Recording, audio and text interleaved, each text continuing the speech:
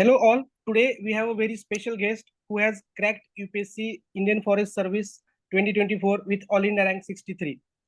He is a topper whose journey proves that consistency always beats chaos. He had cracked NDA exam with All India rank 190 right after 12th. He has pursued his graduation from Pune University in chemistry, and he has also written 3 UPSC civil services mains, and he learned, evolved, but he never gave up. And in his first serious attempt of Indian Forest Service this year, he has secured All India rank 63. So big congratulations, Prasad, and welcome to Digicate IS. Thank you so much. Thank you so much. And Prasad has been a proud student of Digicate since last 2 years. And in this video, we are going to understand his strategies, his what worked for him, and what mistakes did he do in his past attempts, but what worked in this attempt. Yes, sir. So first of all, thank you so much for having me on this platform. I've done my schooling from SP Public School, Kalwan, Nasik, and my graduation, as you have mentioned, from Pune University in BSc Chemistry. I graduated in year 2021, and since then I have been appearing for the various competitive exams. In 2022, I got selected as an Assistant Block Development Officer in the Government of Maharashtra. In 2023, I got selected as an Chief Officer, Assistant Commissioner in the Department of Municipal Administration. Meanwhile, I was also giving civil services mains, and then in 2024, I was fortunate to get rank 63 in the Indian Forest Services exam. So, sir, it is always difficult to manage MPSC or State Public Service Commission exam with UPSC preparation. So, how did you do it? You at the same time you could qualify MPSC as well, and you did qualify UPSC as well. So, what is your secret? No secrets as such, sir. But from initial period of my preparation, I thought that I was good with the objective pattern with the MCQ exams. So even while I was in the graduation, I was doing much more about prelims preparation. And so I did learn a lot of facts and information, and which did gradually help me in the MPSC exam. Great. So while in my second attempt of UPSC, when I was not able to clear mains, so I decided to have some backup plans, and then I appeared for the MPSC exam. So nothing secret as such, but again, as I said, I was more good at objective type of questions. Okay, great, Prasad. So, what was your overall strategy for balancing GS and optional subjects for Indian Forest Service? So, this is always a delicate thing and very difficult part of the preparation. Yes, Prasad. Sir, in the Indian Forest Services exam, more than 90% of our time we have to dedicate for the optionals, because we have technical optionals, and I started from the scratch. So my optionals were forestry and geology, and each optional have 2 papers in the forest services. So it is difficult to manage these optionals, and then we have a GK paper also and English paper also. Unlike the civil services, the marks from the English paper are also counted in the overall scores of in the Indian Forest Services. So it was difficult to manage, but again, as I said, optionals are more important, and they are the most important deciding factors.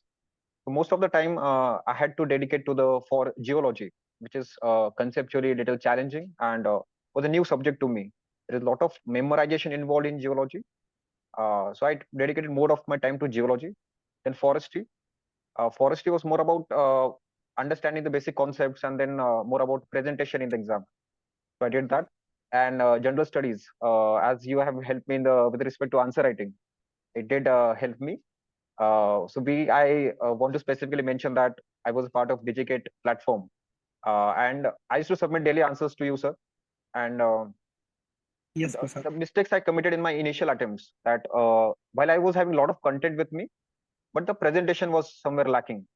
And you have explained me that how to prioritize the most important points at the top, and then less important points, and again substantiating each point with the example, data, and fact.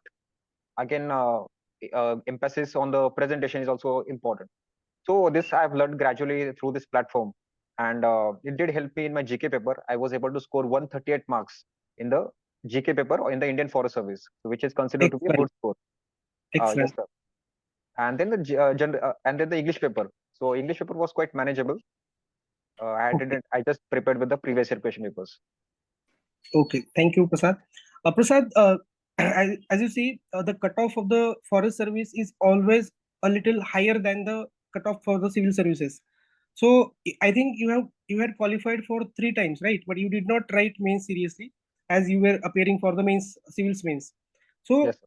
what was your strategy for prelims? How could you qualify this Indian Forest Series cutoff consistently year on year? Sir, my focus was more on the static subjects. Since Okay. prelims is becoming quite unpredictable these days, static is something that is consistent. So I was very well prepared with my statics. I was thorough with my static subjects, whether it is polity, geography, economics, environment, and uh, history. So I was very good in this all these 5 subjects. I was well prepared with those. So my strategy was to have a 0 errors in these 5 subjects. Apart from that, the secondary subjects like art and culture, science and tech, then ancient medieval. I used to prepare this from mostly from the previous year question papers. So these 2 things, I try to balance these things. And current affairs, one source I used to have yearly compilations. I was thorough with my content, but besides content, I practiced a lot of MCQs. So test series, I used to write a lot of test series. At the same time, I think good analysis of previous year question papers is very important because these PYQs help us understand the language of the UPSC examiner. And ultimately, I was able to get that nag or say intuition when I was solving the questions in the exam. So for all the 4 attempts, I was able to score quite well in the prelims. Okay, this is really very much informative for the students as many are not able to qualify the prelims. And one more very important question regarding the prelims, Prasad. How did you manage CSAT? As many serious aspirants are not able to qualify the CSAT. So, what was your strategy and how did you approach CSAT? Yes, sir. CESAT is very important. It is often neglected by the aspirants. It is often taken for granted, I think, which is a wrong thing. I've seen people who are scoring more than 100 marks or 110 in the GS, but not been able to clear the CSAT part. So my strategy with respect to CSAT was that I was good at comprehension. So my more focus was on the comprehension, where I used to have a good accuracy. Apart from that, content reasoning I used to manage it well. So I used to solve like 45 to 50 questions in my CSAT exam. I think more important is how you manage the temperament in those 2 hours. To CSAT, most of the time people get panicked or they are not able to manage the time well. So CSAT, I feel, is more about choice of questions you make. There are 80 questions. We just have to solve like 45 odd questions, and we should be able to identify the questions which are like solvable. If you are able to do that thing right, I think CSAT is quite manageable. But I think everyone should practice CSAT before appearing for the real exam conditions. So previous year question paper is equally important for CSAT as well. Okay, Prasad. Prasad, actually, the exam is a very lengthy process, right? And being consistent, staying consistent is very difficult. So, what helped you to stay consistent across the years of preparation? Yes, sir. Sir, I was like, I had a background from National Defense Academy, and I had to do something bigger in my life. I had a good support of my family, and so that was a main important motivating factor. That my family, it was my dream, and I had to do it no matter what. At the same time, I do agree that we face a lot of challenges. There is like, as I say, always say that this journey is like an emotional roller coaster. So one day we Correct. feel very motivated, but on the other day we may feel very lot of demotivated. I've seen people feeling very anxious, very lonely, and even getting into depression.